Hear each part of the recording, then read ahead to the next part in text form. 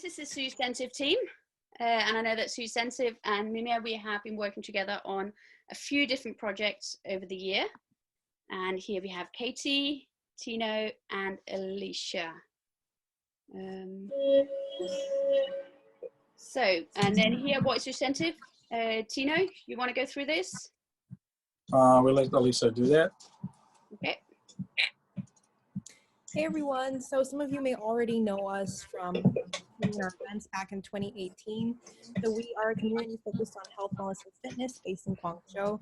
And we were just hoping to deliver something online for those of you who have been maybe going through a lot recently, and just all come together with teaming up with Meti from Mimir and try something new together.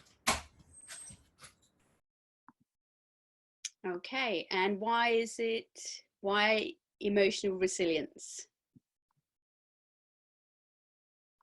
Yeah, so basically, you know, like we all going through trouble, we all have a hard time, but you can see like some people actually go through this because, you know, sometimes you're gonna go through hard time and you don't know actually how to deal with those stuff. It's like COVID right now is not something we're ready for that, right? It just happened. But how can we actually go through this? Like we're having different problems. So resilience is actually the key you need, because right now, and no doctor, like no coach is gonna tell you that, oh, I can heal you. But it's how yourself you can develop some tools to guide you through this hard moment. That's why we actually need like resilience. Yeah. Okay. And this is what I can see that our timing is already a little bit skewed, but this is roughly the timings that we'll be following for this session today. So I'll be talking for about 20 minutes, half an hour, and then there'll be a Q&A session after this. And this is me. I know some of you, I can see from the people who's in the room that I know quite a few of you. So some of you do know some of the work I am doing with Mimir Consulting in China. And of course, the reason why I have teamed up with Zocentive for this particular talk is that I know that emotional resilience and dealing with change and disruption is kind of what I always write about in what I do in my work. And I must honestly say that I'm having to put all of my skills to good use these days, because I think everyone is like, my journey started to just, so for those of you who don't know me, my name is Meti. I have a company in China at the moment that's called Mimir Consulting. I've been doing a lot of work on coaching, developing the coaching community, promoting emotional intelligence, and I'm very much about how can we grow ourselves and others to deal with the world in change. And I think 2020 have definitely given not just myself, but I think possibly also very many of you, because I know some of you are not sat in your normal homes anymore. So we all kind of have to deal with things. And I think this slide here kind of sums up how I feel some days these days. And that's very much like, can we just please uninstall 2020 and just start again? Because things haven't quite gone to plan this year. And I know myself, what happened for me was that in January, Chinese New Year, I had the goal setting event, retreat with Zocentive. And basically after that goal setting retreat, 2020 took a turn. It took quite a dramatic turn. I remember that week I said goodbye to my kid, not goodbye, but they were going off on a holiday in January. Start of February, I myself took the decision to actually leave China, because I thought, right, might be a good idea to get out of China for a bit and then come back again later. Yeah, everything has changed a lot. Denmark then went into lockdown. My kids, I still haven't seen my kids since January. And honestly, I don't really know when I'm going to see them again. So these are some of the skills that when we look at emotional resiliences, we have to really look at all of these skill sets. So all of the skills I have learned over the years, I personally have had to really, truly pull out the bag and go like, okay, what is the theory? Because the theory and practice is two very different things. Even when you know all the theory, to actually apply it on a daily basis and remind yourself that this is just something that we can all get through, and it is okay. We just need to understand and find out where can we start. So what I want to talk about first is just looking at what is emotional resilience. First of all, let's look at emotion. Well, we all have emotions, and if you look at it from a very basic point of view, as those of you who've heard my talks before, I talk very much about our dinosaur brain and our owl brain. So we have a dinosaur brain, which is very much a fight, flight, or freeze response. And this is the one that we probably have seen all over the world. So now I have experienced Corona twice starting. The first few days, it's like, oh, let's buy food for the next, I don't know how many months. So all the shops kind of disappear with food, and toilet rolls in some countries seems to be more important than others. So we can kind of see what is the thing that is most important for different countries. But what is happening here is that people are probably very frightened. They think, oh, what if I can't get food? What about this? So people are preparing, but this is actually a very normal response, because it's a fight, flight, freeze response. It's our amygdala going like, whoa, we need to survive. So it's very much an emotional reactive response. And it's automatic most of the time, especially for those who may not work that much with the area, may not have the self-awareness, which is of course what emotional intelligence is a lot about, which is what I work a lot with. But it's a strong feeling, it's strong emotions. It's often something we can't control that easy, because it will just erupt, it will just happen, but it's also okay. So sometimes we also have to accept that we have this emotion and it's okay, but also to remember that emotions is a bit like the weather. It will come and go. We don't necessarily need to hold on to it and let it be part of us. So that's about the emotion part. Then we have the resilience. Resilience is about being happy, successful, etc. Again, after something difficult happened to us. I know that one of the other definitions of this is like bouncing back after setbacks.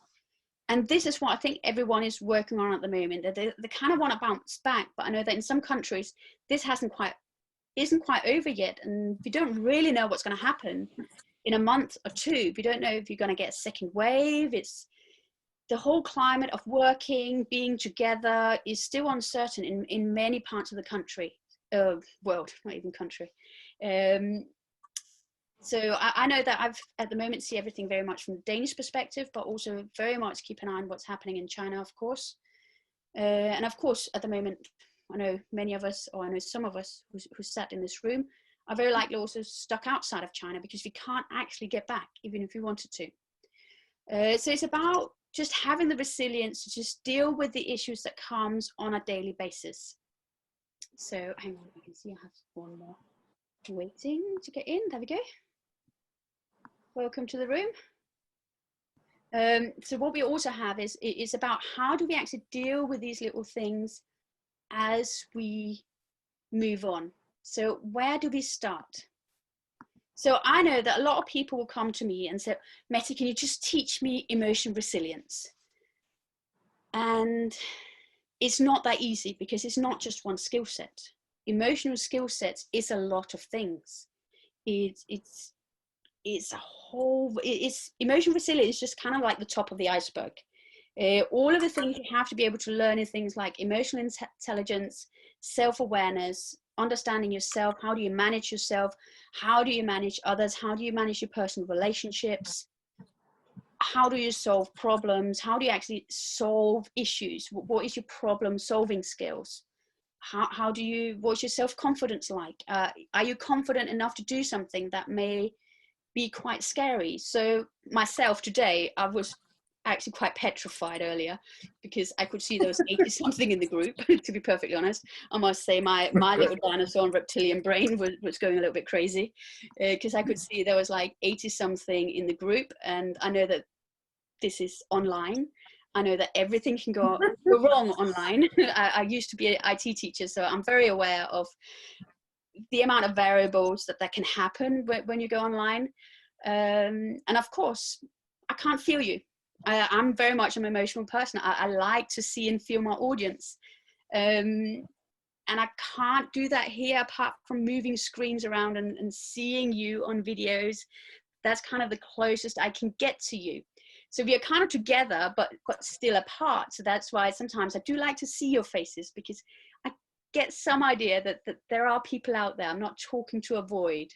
And when we're talking about emotions, we do need to connect. It's important to connect. That's who we are as humans. We like human connections. And this is why this physical distancing is quite hard for some people. So if you look at something like the 5 love languages, which some of you may or may not know, I do have an article on it, which I'm happy to share later. But some people, physical contact is very, very important. So at the moment, these might be the people that actually find this very, very hard times, because you can't actually be together physically. But then what is it that we can do to maybe try and support each other in these kind of circumstances, which is hitting the world? So where do we start? Now, there is no magic cure, I hate to say. We have to start with ourselves, and we have to look in the mirror. That's where we have to start. So it's a bit like a gym membership. Everyone can get the gym membership, but are you prepared to go to the gym and take the pain? It's different type of muscles we have to exercise, but it's very likely to be the same pain. Sometimes when we look ourselves in the mirror, we might see things that we don't like, but we have to sometimes accept who we are, what it is that we need to change, even if you don't like the sound of it. And these are the things that I know that as a coach, I often work with people with on their personal journeys. It's like, what is it that you need as a person to move forward? But we do need to look at ourselves very objectively. And sometimes we need to be challenged. Even our thinking needs to be challenged. And we will be talking about that a little bit later. Let me see if I can get this one. So, hang on. So what we need to do is, before we actually, so first of all, we need to look at you. So when you look at yourself, how happy are you with yourself? What is your mental state at the moment? Are you feeling lonely? Are you feeling happy? Are you feeling excited? Where are you at this? Are you feeling confident? Are you feeling worried? Are you feeling scared? Because all of these things may also have an impact on how you may react. So as we looked at some of the things within emotional resilience, is very much like confidence. Are you prepared to do things that you might be scared of doing, but still trying it anyway? So as I mentioned earlier, this is one of my things. I have been used to IT before, but I also know that this is a slightly nerve-wracking session for me. But it's okay. But it's about trying. It's about trying to push those comfort zones. And that's also something a lot of us will need to do, because maybe the way we work will have to be different, not just for the next month or two. It may be that the way the world starts working together becomes very different. So we need to get out of the comfort zone and move on. So what we then have is the next part we need to look at is, where are you now and where do you want to go? So what's actually going on at the moment? What is your current environment like? Are you actually able to work in the environment you're in? And do you have some directions to where you're going, or do you feel that you're just stuck? So I know that one of the things I've done myself, now I know that I'm going to be in Denmark for a while, I've decided that, okay, I'm in a safe place. I'm getting food. I have a roof over my head. Why don't I start to get back and do some of the things I love doing, which is my talks, learning. So I'm trying to do things differently. So I'm starting to work on how can I then put Mimir online. So that's basically what I've been putting all my energy into, because otherwise it becomes very easy to just focus on the things you don't have and the things you can't do anything about. And they can cause a lot of confusion, a lot of anxiety, a lot of worry. So what I always talk about is that we have circles of control. So we have the things that's within our control and the things that's outside our control. Now, what's very important is that we focus on the things within our control. The other thing a lot of people do these days is maybe listen to the news. I know that at least for the start of of this whole pandemic. People are listening to the news every hour, thinking, oh, what's the numbers now? And they keep clocking up. That in itself can cause a lot of anxiety and worry.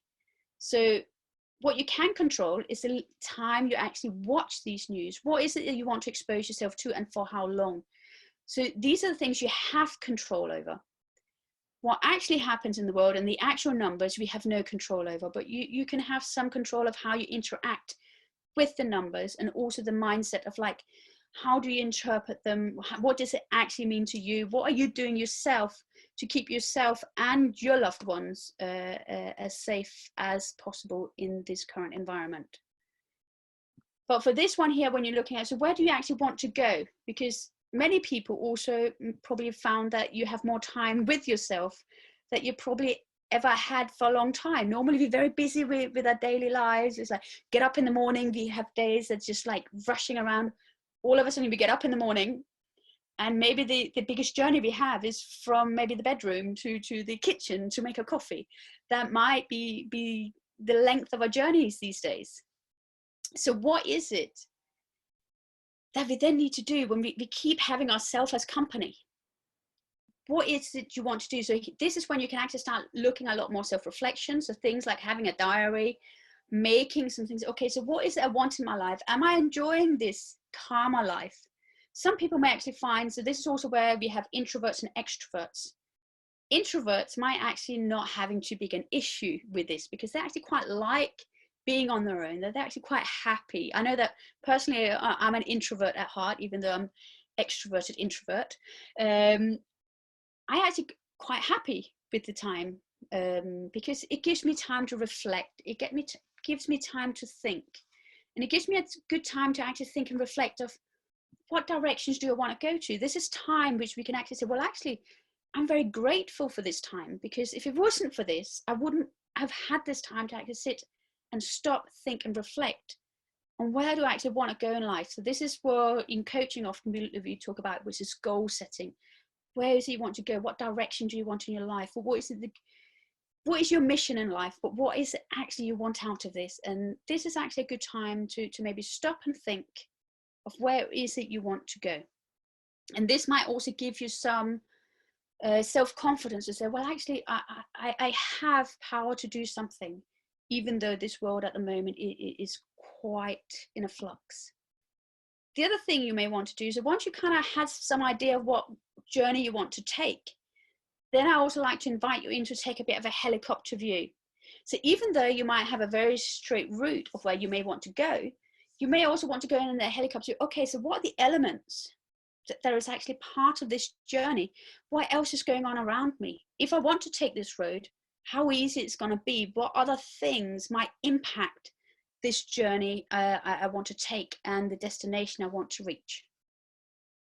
So this is why it's important to have both a micro and a macro view of where you want to go and the situation you're in, and what are all of the factors that can actually impact you and that journey that you want to be on.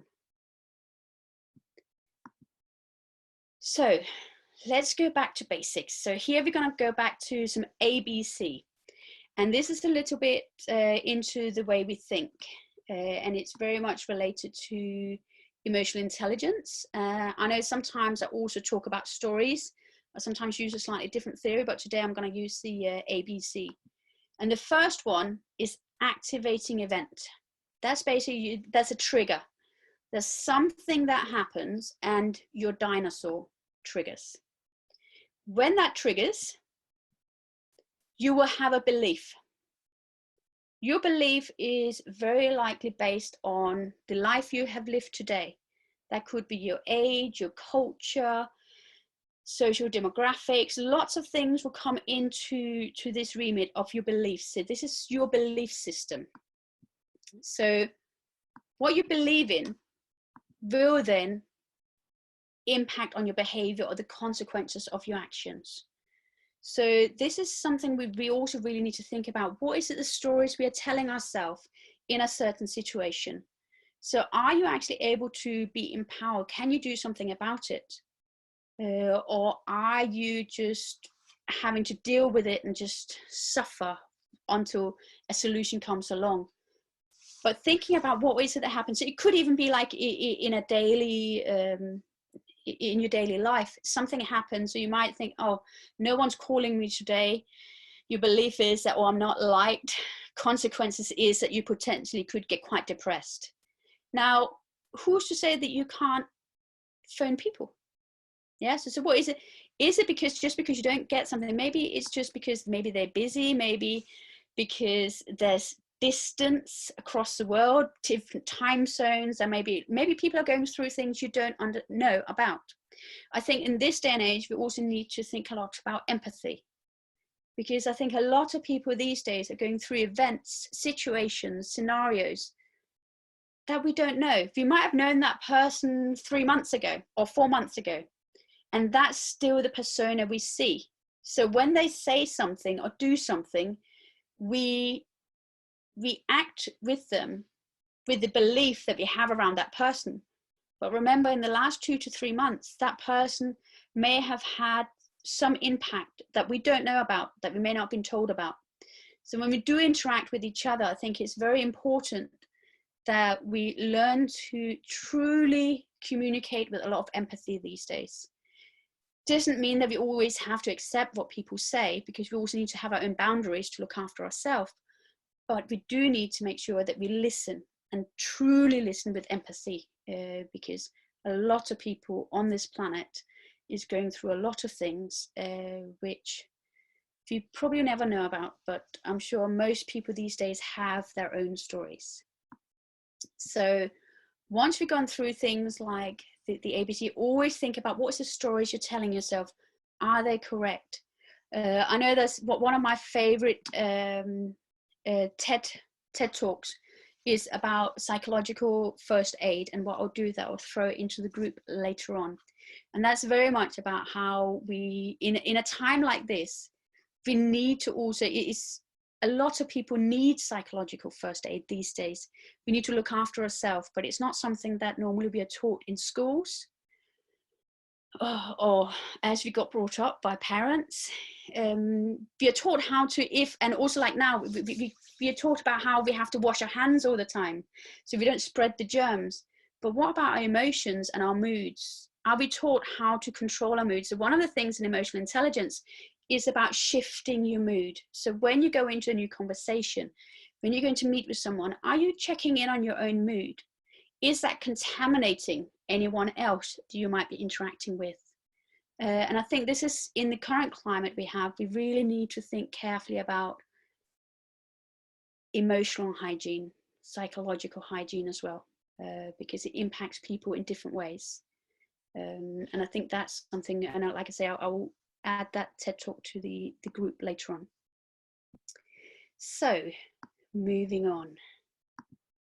So what we do need to think about, so when we want to be more emotionally intelligent and dealing with situations like we're in at the moment, we need to think differently. So we also need to be innovative. We need to think about what can we do.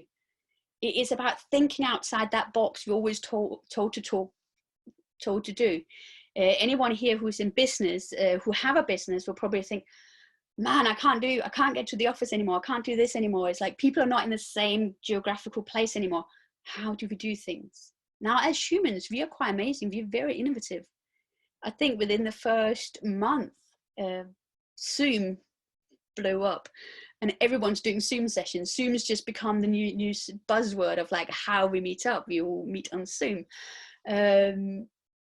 But also we can see how quick businesses have actually adapted in this new climate. And I think that's also very beautiful to see, because it gives a lot of hope about how we can still be together.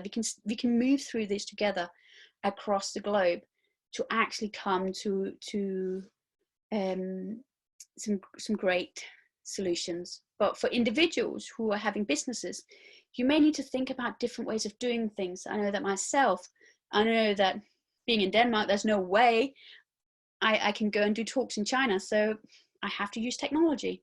But then also we can be very grateful that we have technology that works very well these days. So we can use technology very well. So I know that online learning, which is something I did as an educator many years ago, I'm dusting all of those tools back off, and that's what I'm starting to work on again. So I'm dusting off my old toolbox. So look at yourself. So even if you're in a job at the moment that may seem very uncertain, or maybe it's already a job that has disappeared, because that's also what's happened to many people across the world, that all of a sudden jobs have been lost. People are now out of a job, or they need to start thinking, what line of work should I do now? Where can I get my next job? Being a job seeker in this current environment is not an easy place to be. So what is it that you can do? Look back to what do you actually have in your rucksack? It's not necessarily all your qualifications. It's what are the skills you have, what are the abilities you have that you can use for a new job. But it may also be the time where you can think, what do I actually want to be? Am I following the path I really want to? So a time to actually stop and reflect and have a quick think about what is it where you want to go, what direction is it you want to take in life, where is it you want to go, and then use this as an opportunity to try and redirect yourself into where you want to go and where you want to be. And then look at the opportunities there is there now, because there's a lot of online learning out there. I think most big organizations these days are throwing online learning everywhere these days. But also be very selective of what is it that you actually need and at what level. So ask around, figure out what is it actually what you need and want in your life to move forward, because to bounce back, you need to also have some planning. It's not just about bouncing back miraculously. It's actually about doing some planning as well, and thinking about what is that you need to do, because it's an active process. But again, you need to focus on what you can control. And these are all things you can control. You can control what your next job would be. You can have some control over it. You can choose where you want to apply for jobs next if you're currently in the position where you don't have a job. If you want to change your job, this might also be the position to the time where you can think, okay, what can I do now when I have to stay at home? Is there skills I can start learning that will help support me on this new journey I would like to take? But again, focus on what is in your control. If you put your focus on things that's not in your control, chances are you're going to find you have more anxiety, you're going to be more worried. And that is often where our psychological states start to be less productive. Hang on, there we go. And the other thing to remember, there's many experts out there, but you are the expert in your life. You're the only person who have truly known yourself since you were born. Many people will have opinions on it, and they may also advise you. Not to say that there's not people that have good advice or directions or means well, but you, if you truly think about yourself and connect with yourself, you know really truly what you want. When you do problem solving or goal setting, you may also want to think about, is it really what you want? Is it what other people want from you? So I know that myself as a coach, but when I do coaching, I practice ICF standards. And with that, it's not about what I want my clients to do. It's really about the journey that they want to go on, because it's my client's journey. It's your journey that you now are thinking about. Where is it that you want to go? You're in charge of your life. It is your life. You're the only one who have to live it. So even if I give you lots of advice or tell you exactly this is where you should be going, that's not necessarily where you want to go. So this is also important, that you understand that this is your life. You have choices. But of course, we want to be careful with the choices. That's why we also need to get a helicopter view. So we are as informed as possible when we take decision, especially if it is decisions that could have a big impact on maybe your personal life, finances, or other things. So that's why it's important to have those be as informed as possible, where we also want to double check our thinking and maybe finding information and facts. So if I go down this route, what are the things that's likely to happen? And then you can evaluate. When you then have your options, you can say, well, of these routes, this is the one I prefer, but I'm not really prepared for some of the consequences that could happen here, so therefore I'm not going to choose it. But that again becomes something which we have to take the decision for ourselves and also take the responsibility for, because sometimes we don't make the right decisions in life, but that's also okay. It's a learning journey we're on, and then it's about the times we don't quite get to where we want to be. It's about trying to make sure that we use this emotional resilience to not beat ourselves up that, okay, because I did this, therefore I will never be able to do it again, but to actually look at what learning lessons did I get out of this experience for me to move forward in a way that can be better next time and more productive next time. So let me just see, I'm just going to check to see there's no one waiting. So there's one. So what is our next steps? So what is the next steps that we can do? So one of the key things is self-awareness. To get to understand ourselves, as I mentioned at the start of this session. Understanding ourselves is a journey. And I know that I'm still on this journey. It's not something that finishes. I know that I started this journey probably in my teens. I think I started this as a teenager. But as I've grown up, now I'm a little bit older, you learn. Life teaches you lessons. Sometimes they're painful, sometimes they're beautiful, but that's also life. But what are the things that you can learn about yourself so you don't keep making the same mistakes? What are the things that you can do? What is it that you're learning about yourself on this journey? Are you changing on this journey? And who is there to support you? Because it's also important, I think, in these times to actually have a support network of people that you know that you can rely on. So if you have a day where you just feel that, oh, today it's just darkness, it's just cloudy in my head, I can't really see a way forward, who is there that can help you to lift your mood? Because the minute you lift your mood, the chances are that your dinosaur is going to calm down and things looks a little bit better. So who is there in your core group that you know you can connect with? Do you have 3 people that you know that these are the people I can talk to if I need to? That you know you have the psychological safety that whatever you say, you feel safe, because that's also another thing that's very, very key. Find your direction. It's a bit like a lighthouse. If you're lost, you need something to just keep you going. Even if it's only till tomorrow, then tomorrow you find a new lighthouse. What can keep you focused today? What is it that you keep focused on today to keep you moving? If you have your lighthouse for 20 years in the future, that's fantastic. And if you know what to do every single day to move that way, that's even better. But sometimes we lose track of that lighthouse and we need to think about how can we put it back in. So the days where we're not too sure, in the morning, just have your cup of coffee, your cup of tea, or whatever your morning routine is. Spend a few moments. If you feel or you're in that mindset where you think, oh, I'm not quite sure what to do with today, it's just another groundhog day of corona. It's like, what is it that you can do?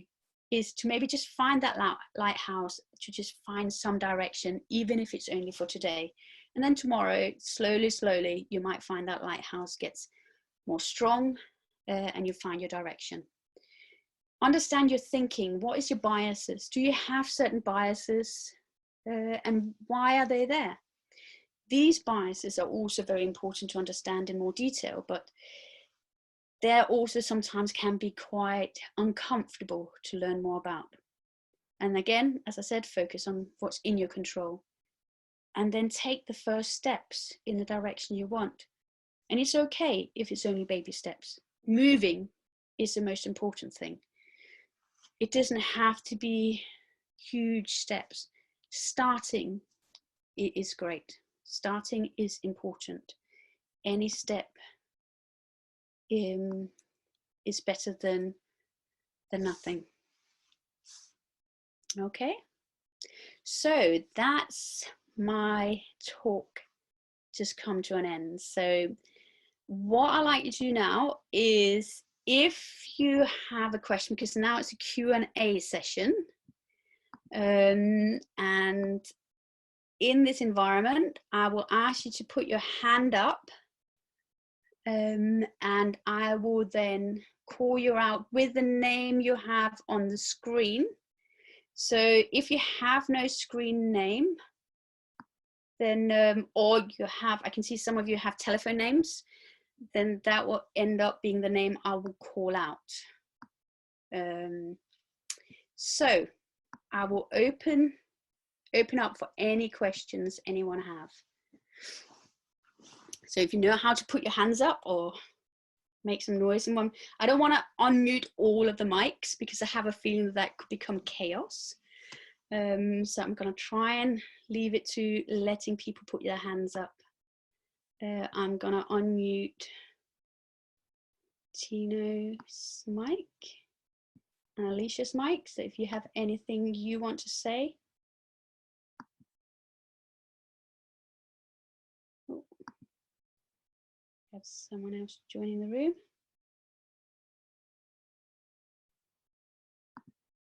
Okay. Okay, Tino's unmuted. Okay. Thanks so much, Matey. Really appreciate it. So I actually got a question for you. So you actually mentioned things about controlling things, right? So my question is that, how do you actually control things when we know sometimes you hear that, oh, when things are actually really out of control, and we know that we can be in that kind of situation. So when you really know that you try your best, but you know things are really, really out of control, like how do you cope with that kind of situation? I think the first thing is to calm yourself down. So if you look back into, so I'm going to go back into a dinosaur. The key thing is that once we are in that, what I'll call emotional aroused state, it's really about calming our dinosaur first.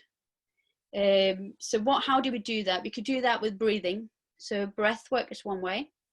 I know some of you in the Guangzhou community might have participated in some of Bob's workshops on heart math, but also things like meditation, yoga, anything that kind of calms you down. Also another thing which I personally like and personally practice a lot is mindfulness. And that doesn't really, you don't have to be in a special place. It's just really tuning into what is now. Tuning into what's going on around you, what you're feeling, it's what's the senses, so to engage all of your senses of tastes, feel, touch, all of these, what you're looking at.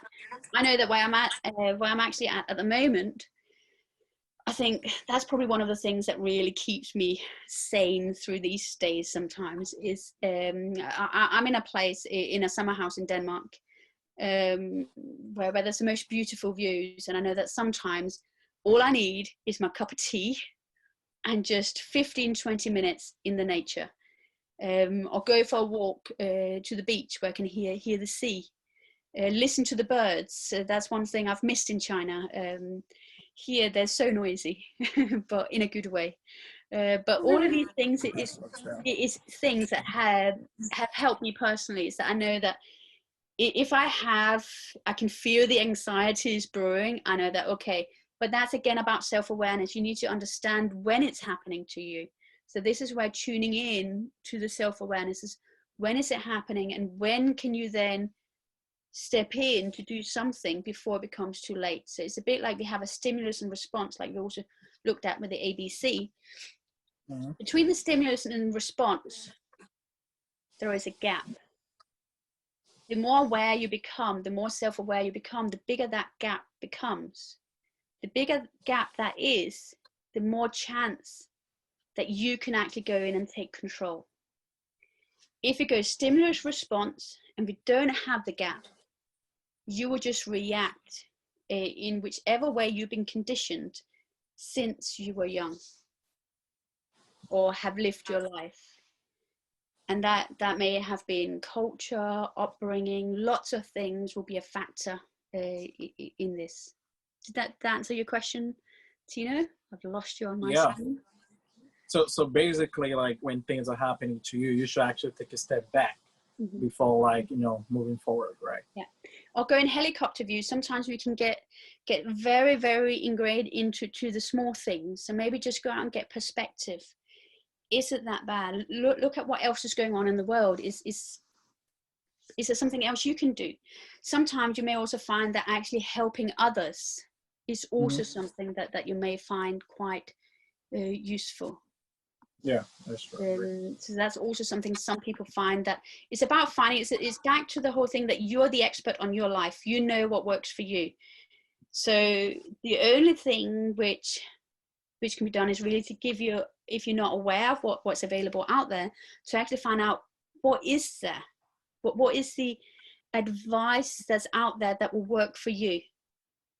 Because we're all different. So some people might find mindfulness work for them. Some people find yoga works for them. Some people prefer to go and run a marathon. Some people like to do exercise. Everyone has something that works for them. And if you haven't found it yet, that's okay. Just keep exploring. It's out there. It'll be there somewhere. So it's back to getting out of that box. Go and be innovative. Try something new. Nowadays, there's so many great apps out there. Just try it. Most of them give you like a week or two or sometimes a month for free. Try it out. If it doesn't work, that's fine. Close the subscription. Try something new. That's the beauty of this time and age we're in at the moment. We can do a lot of things. We have access to a lot of information out there. We have the internet. Knowledge we're not short of. We literally have the internet full of knowledge. It's about how to apply it and how to find the right thing that works for you. That's the tricky part. Because if that wasn't tricky, I think everyone in this world would be fine. Yeah, question, guys. I'm pretty sure, guys, you have tons of questions. Can you? Yeah, you can just click. Let me see. Looks like Joy. Joy, you have a question?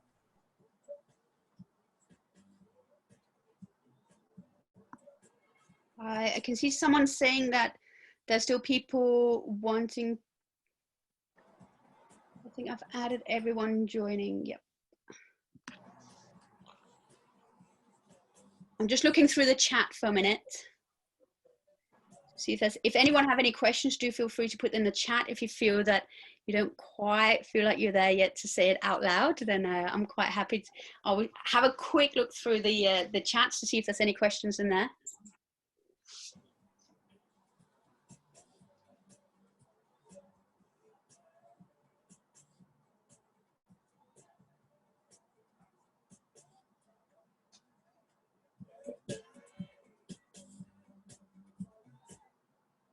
Brian?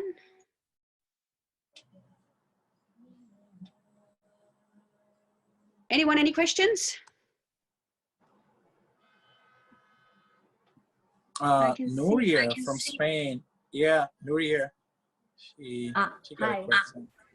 I'm not sure if it's a question, but the thing is that when you were talking about communicating with empathy, so I was struggling because when I'm talking with someone and maybe that person says something that upsets me or I don't agree with or something like that. So it's very hard for me to try to be empathic.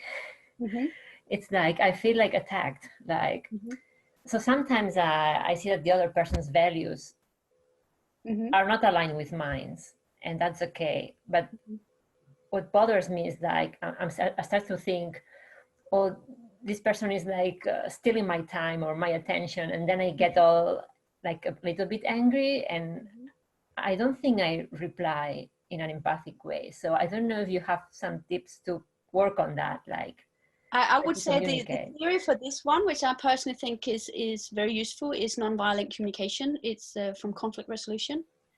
Nonviolent communication is amazing. I was trying not to be violent again. It's nonviolent communication is a beautiful way of learning to communicate. Of course, it's also important to understand the boundaries and be able to communicate your boundaries in a safe way that doesn't become aggressive. Again, all of these skills, this is also why when I went back to talk about what is emotional resilience, it's really about how it's not just one skill, it's a lot of skills combined. So how do we start, and where do we start? Because even just starting on all of those skill sets can become quite daunting. So what is it you feel that is a skill that you might need most? Which one would support you most in the current situation you're in at the moment? And then finding out where can you start developing more of these skills more, and then slowly take those baby steps in the right direction. Okay, yeah. I will check this. Thank you. Did that answer your question? Yeah, thank you. Excellent, thank you. Anyone else? Joy? No? Okay. Not many questions here today. Yes, Alicia, how can I unmute you? Why is it not allowing me to unmute you? So today you mentioned about minding the gap and about letting go of that dinosaur brain. But I do find myself, especially recently, really struggling with this gap and being very reactive to situations, or like Nuria said, some comment from someone. And I guess I'm thinking about, how do we mind that gap? It's again back to awareness, and it's not always easy. I will not lie. I think everyone have been in the situation, even the most trained people sometimes loses that stimulus and response, where it just snaps automatically. But it's about trying to identify that gap as much as you possibly can. So if it's something that happens on a regular basis, you might start to learn the triggers. This is also where personally I believe something like mindfulness training is super important, because in mindfulness training you start to listen to your body's cues, and the chances are you can feel it somewhere in your body before you're consciously aware of it, because a lot of things do happen within us subconsciously. So what is it that you can do? Key thing is listening. It also depends on who it's with, and also trying to look for patterns. Is there certain things that tends to trigger you? If so, is there a way of you to avoid either that situation or even people? Because sometimes we might have to minimize our exposure to either certain people or certain situations to be able to function better. But these are also sometimes things that can be very difficult, especially if it's people. Especially if it's people's loved ones, especially if you are stuck in the home at the moment with parents or people you may not necessarily get on with, or children, even though you love them to bits, might be driving you crazy. I know that I had a conversation with her sister yesterday. She's stuck with her 2.5-year-old twins. And of course she loves them to bits, but she sometimes, I just wish I could have 10 minutes to myself. But So it's just about finding triggers. What is it you can do? Sometimes you can use the ABC even to rationalize your beliefs. So, okay, this is what I'm thinking. What is it that makes me think this way? Can it be reframed in a different way? Can you put it into a positive frame if it's a negative frame? So this is also another skill which is often used to actually just reframe the way where you're thinking about things. But again, it will take time and it takes practice to change behavior. It doesn't happen overnight. Thank you. You're welcome. Anyone else? I'm still trying to figure out how to get your hand down, Alicia.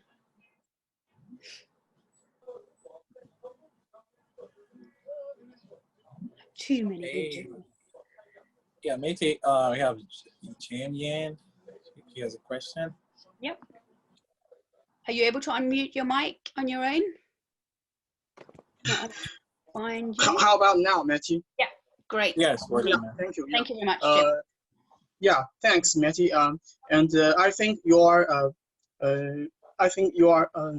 your skill set can work to some extent to soothe people's emotions on this hard times. But I think it's limited, because I think we should try to eradicate the root cause of the problems, and then people can feel better, once and all. So I think, let's take the current situation. For example, people in the US take to streets to make their voices heard. They want to reopen the economy despite all the potential hazards posed by the coronavirus. But they don't have the habits of saving, just as the East Asians. So they live on their very scarce savings. So I think the problem arises if you can't make a living decently, and then all the techniques will be limited in their effectiveness, because the problem remains after all. So what's your comment on this? Yeah, I hear what you're saying here, Jim. And of course, I think this world, every country will have their issues. And again, it's also to values and beliefs, because of course, every single country will have different values and beliefs. Individuals, even in a family, will have different values and beliefs. It gets very deep. But if I can overlay this with something else, like Maslow's hierarchy of needs, I think what you're mentioning here is that the more people's basic needs, and I know maybe not everyone here is familiar with what I'm talking about, but Maslow's hierarchy of needs is a nice little pyramid model. But the basic needs are things like food and shelter, and then it becomes human connections.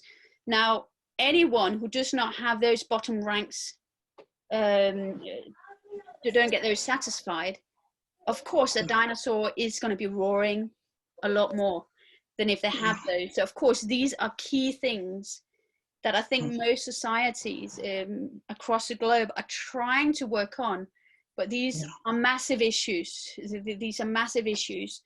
And I think in a crisis like these, I would wish there was a magic cure. And if anyone in this room have that magic cure, please, please share it, because I'm sure the world would love it. But I think also, as a realist, I think that the chances of that happening is very, very minimal, if at all possible, sadly. But yes, I hear what you're saying, Jim, and I understand that there's a lot of issues, and often if you could all get the root causes eliminated, then yes, we'll be living in a beautiful world. Yes. Thanks, Matty. Yeah. You're welcome, Jim. So guys, I think we actually come to the end of the session. We actually late, but we can take actually the last question. Diani, actually, I think she has a question, right? Diani? Okay, cool. So last question. So yes, I can see one of the comments in there was about like the financial, and again, that's one of the key things. Without financial security, chances are you're not going to be able to have a roof over your head. If you live in a country where you have to pay for medical expenses, then all of these becomes more stresses added to already an issue that's going on. So yes, it's real. All right, so guys, she has prepared like a new course for us. So Matty, can you just like tell us more about the course you have online right now? Yeah, what I've done, so one of the things which I've been working on, as I also mentioned to you, I was like, I'm trying to do what I can do in the situation that I'm in, and trying to reinvent what I'm doing. And I'm actually I'm working on putting as many of the things I can do online. Those of you who know Guangzhou know that I have been working on a program that's called Learning Leader. So that is slowly going online, and the first 3 lessons is already online. And that is actually tapping into the whole thing as like, who are you as a leader? What's your core values? How do you set goals that applies to you? But also what I've done, I made a very watered down kind of module as well, also to save cost, for kind of deal with the whole cost issue as well. is to really just how do you build some more emotional resilience from a self-awareness point of view, working on things like gratitude, like what are the things that you can be grateful for, and discover more self-awareness about yourself in these times which we're all going through. And I can share more about these things in the group later. So those of you who are interested in knowing more, do feel free. I have a website as well, which I've been building over the last few weeks, and some learning environments I've been working on. So do feel free to ask if you have any questions. But there will be definitely more Zoom going up on Tuesday as well. I'm going to be working with Ideas Exchange, and that's going to be a slightly different topic. So this one here is very much individual for individuals. The one on Tuesday is going to be a bit more broad, so a bit more helicopter view of like how can we work better as individuals, as groups, as societies together in a world where there's a lot of change and a lot of flux and a lot of emotions going on, and how do we develop more psychological safety is going to be one of the key features of that talk. So if you're interested in that, if you are in an Ideas Exchange group, if you're not already in there, let me know and I'll add you. And I know that there's a few in this group that is already in the Ideas Exchange groups, but otherwise get you in there. And if you are on My Moments, feel free to look there as well, because I'll be posting on there as well, and that will be Tuesday evening. That'll be an hour-long talk, so it'll be a bit more in depth than what I went through tonight, and slightly different topic. Okay. All right. Thanks so much, Matey. That was very cool. Thank you very much, everyone, for tuning in. So guys, we actually put the link in the group. You can check the WeChat group right now. We put everything there. So if you also want to add Matey, someone was asking, so you can like add her also in the group. So thanks so much. I hope you guys like safe. It's not easy. We're all suffering, but you know, we can actually do this together. It's just like a step at a time, and knowing that this too shall pass. It won't last forever. You know, it's just a time for us to grow, a time for us to learn, and a time for us to save money. So thanks so much. We really appreciate it. Have a good one, and see you in the group. See you. Thank you very much, everyone. Stay safe, stay sane. Thank you, Matthew. You. Welcome.